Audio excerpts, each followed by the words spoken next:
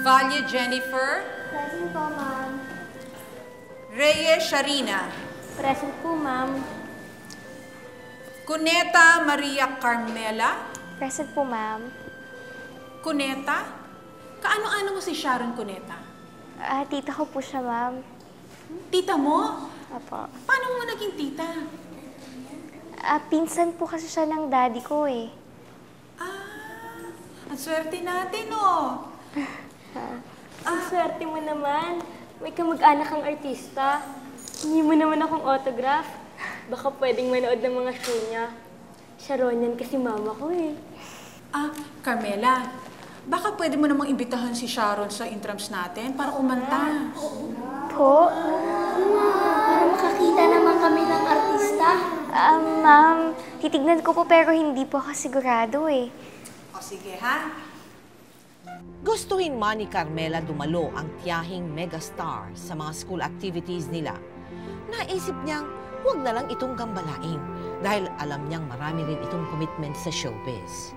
Sa kabila nito, dahil may taglay ring husay sa pag-awit, naging regular na performer si Carmela sa mga activities nila sa eskwelahan. Ano ba yan? Walang kabuhay-buhay kumanta? Bakit wala si Sharon? Hindi naman ata totoong kamag-anak niya yun eh. Hindi, tita ko talaga siya. Pero kasi marami siyang ginagawa ngayon eh. Alam mo, sigurado akong papansin ka lang. Sinungaling. Sigurado akong malayo ang boses mo sa boses ni Sharon, no? Sigurado akong boses palaka ka. Huwag mo na lang siyang pansinin. Ang susunod po, palakpakan po natin from Section St. Angelo, Maria Carmela Ayat Cuneta. Pakita ng mali siya, ha?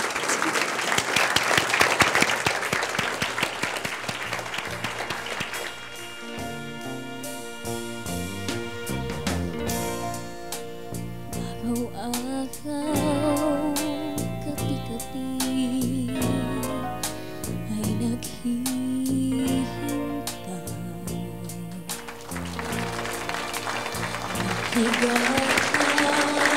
Anak ko yan! Anak ko yan!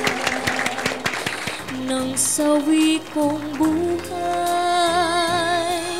ba't di matapos ang hirap ko sa gabing araw? Hanggang kailan matitis ang luhang kay pait sa puso kong sakit? Ang araw, gabi-gabi ay nagdadasal.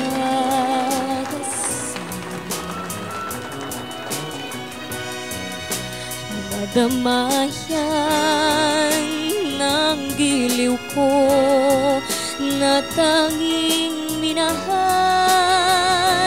pagkat ligaya na ng buhay ko, makapiling ka lamang. Gabi't araw